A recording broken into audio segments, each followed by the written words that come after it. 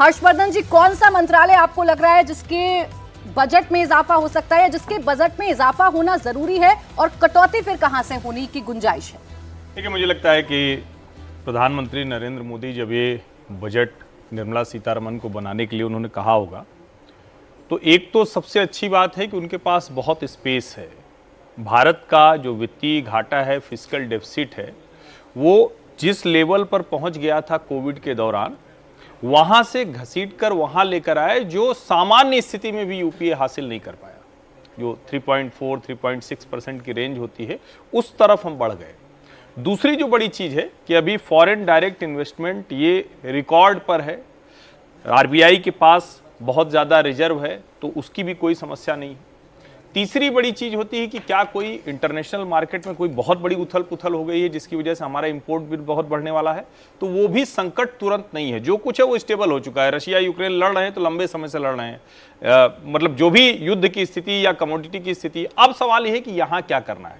मुझे लगता है कि फिर से पिछले 3 बजट की तरह जो सबसे बड़ा हिस्सा जाने वाला है वो कैपिटल एक्सपेंडिचर पे जाने वाला है। जो कैपेक्स 10 लाख करोड़ से अधिक का है, वो उस पर सबसे ज्यादा जाएगा, क्योंकि प्रधानमंत्री की अपनी योजना है। प्रधानमंत्री कहते हैं कि विकसित भारत 2047 तक बनाना है, उसके लिए करेंगे।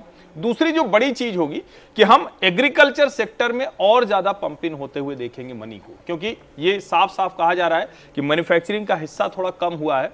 रूरल इकोनॉमी को आपको बूस्ट करना है, और रूरल इकोनॉमी बूस्ट करने के लिए वहां आपको इन्वेस्टमेंट करते हुए दिखना पड़ेगा। उस सेक्टर में बहुत सी चीजें होंगी। और तीसरा जो प्रायोरिटी सेक्टर होगा वो होगा हेल्थ पर बहुत ज्यादा। और हेल्थ पर सिर्फ इसलिए नहीं कि आयुष्मान भारत में बजट बढ़ेगा, दूसरे भी ऐलान होंगे जो मुझे लगता है कि इस बजट में होते हुए दिखेंगे। ये मोटा मोटा मुझे 3 जो बड़े सेक्टर दिखते हैं। इसके अलावा अगर आप कहेंगे, तो अगर आप इंडस्ट्री के लिहाज से कहें, तो पीएलआई का दायरा बहुत ज्यादा बढ़ने जा रहा है।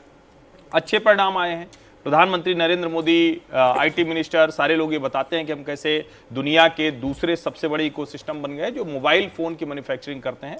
तो पीएलआई का दायरा बढ़ेगा, वो सेमीकंडक्टर जैसे क्षेत्रों में जो चिप बनाने वाली चीजें हैं उधर जाएगा। तो ओवरऑल कहें तो डेवलपमेंट का, इंडस्ट्री का, एग्रीकल्चर का, और इसको अगर हम थोड़ा राजनीतिक भाषा में कहें तो ज्ञान का बजट होगा। अच्छा, वैसे तो अनंत जी, मोदी सरकार से कभी भी मैंने तो कम से कम ये उम्मीद नहीं की है, और ना ही उनके पिछले सभी बजट्स में दिखाई दिया कि कोई चुनावी बजट होता है या चुनाव आने वाला है इसलिए बजट में कुछ ऐसा होगा, प्रावधान होगा या कुछ ऐसे एलोकेशन होंगे जिसे देखकर ये लगेगा कि हाँ ये चुनावी बजट है। लेकिन फिर भी हरियाणा, महाराष्ट्र, 3 राज्यों में जो चुनाव है, क्या उसे लेकर इस बजट में कोई इशारा होगा?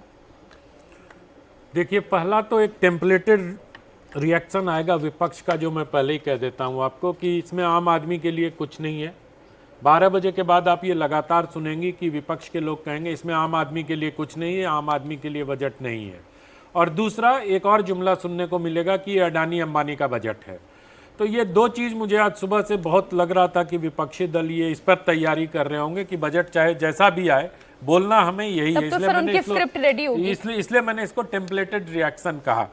दूसरा जो आपने पूछा कि चुनाव की बात, कि चुनाव से रिलेटेड बजट, मुझे लगता है कि जितना इस चुनाव में भारतीय जनता पार्टी ने इसके पहले जितनी घोषणाएं की, चाहे वो लोगों को राशन मुफ्त में देने की घोषणा हो, चाहे कोविड के समय फ्री जो इंजेक्शन लगाए गए उसकी बात हो, या जो जन कल्याण के कार्य हों, उस सब चीज़ों को देखने के बाद अगर बीजेपी ने इतना कुछ करने के बाद अगर उसको 240 सीट आई है इस बार, तो मुझे लगता है कि इस बार तो कम से कम अब चुनाव आदि ध्यान में नहीं रहेंगे। लेकिन हाँ, हरियाणा और महाराष्ट्र 2 और झारखंड, ये 3 चीज़ें तो, आदिवासी कल्याण तो ऐसे ही मोदी सरकार की प्राथमिकता में है। और जिस प्रकार से आप देखिए कि उड़ीसा में, छत्तीसगढ़ में, देश के सबसे बड़े पद पर जिस प्रकार से आदिवासियों की ताजपोशी हुई है, तो मुझे लगता है कि आदिवासी और वनवासी मोदी सरकार की प्राथमिकता में है और बजट में उनको लेकर के बहुत सारी घोषणाएं होंगी। लेकिन एक जो सबसे बड़ी चीज़ मुझे आज के बजट में लगती है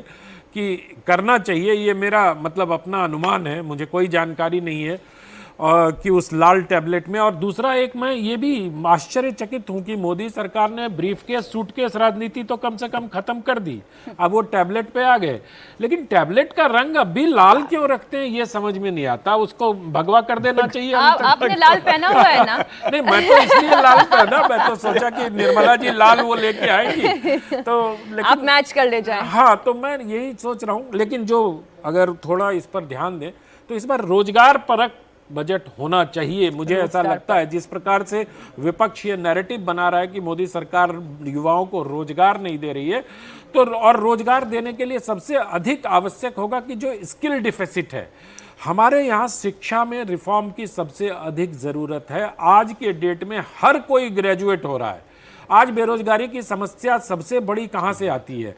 हमारे यहाँ से हमारे बच्चे, हमारे परिवार के लोग, हमारे आसपास के लोग, हर कोई ग्रेजुएट हो जा रहा है, चाहे वो ओपन स्कूलिंग सिस्टम से हो जाए, ओपन यूनिवर्सिटी से हो जाए।